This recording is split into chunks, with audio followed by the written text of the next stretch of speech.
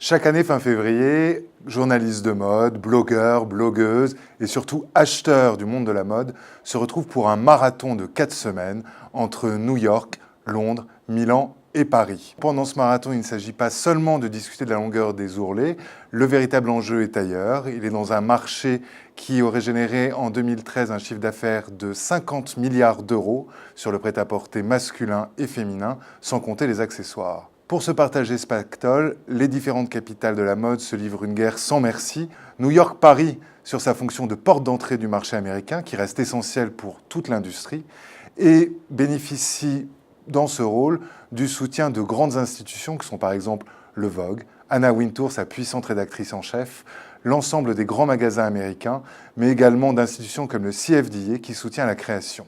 Une capitale comme Londres bénéficie, elle, de sa réputation en mode, qui s'appuie à la fois sur la création faite d'excentricité et de réputation sartoriale de la mode britannique, mais également du soutien d'acteurs importants comme le 10 Downing Street, mais également le Prince de Galles, plus anecdotiquement, et également la mairie de Londres.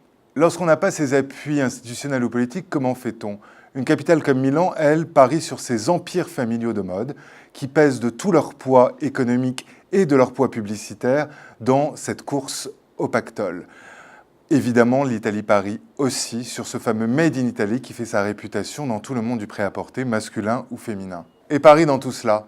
Eh bien, la capitale française continue de parier sur son aura créative et sur la force et la puissance de ces grands groupes du luxe, LVMH, propriétaire des Échos, et Kering. Ainsi, on sait déjà que le premier défilé de Nicolas Ghesquière chez Louis Vuitton, numéro 1 mondial du luxe, sera sans doute un des événements phares de ce Fashion Month, et en tout cas la réponse de Paris face aux défis que lui lancent les autres capitales de la mode.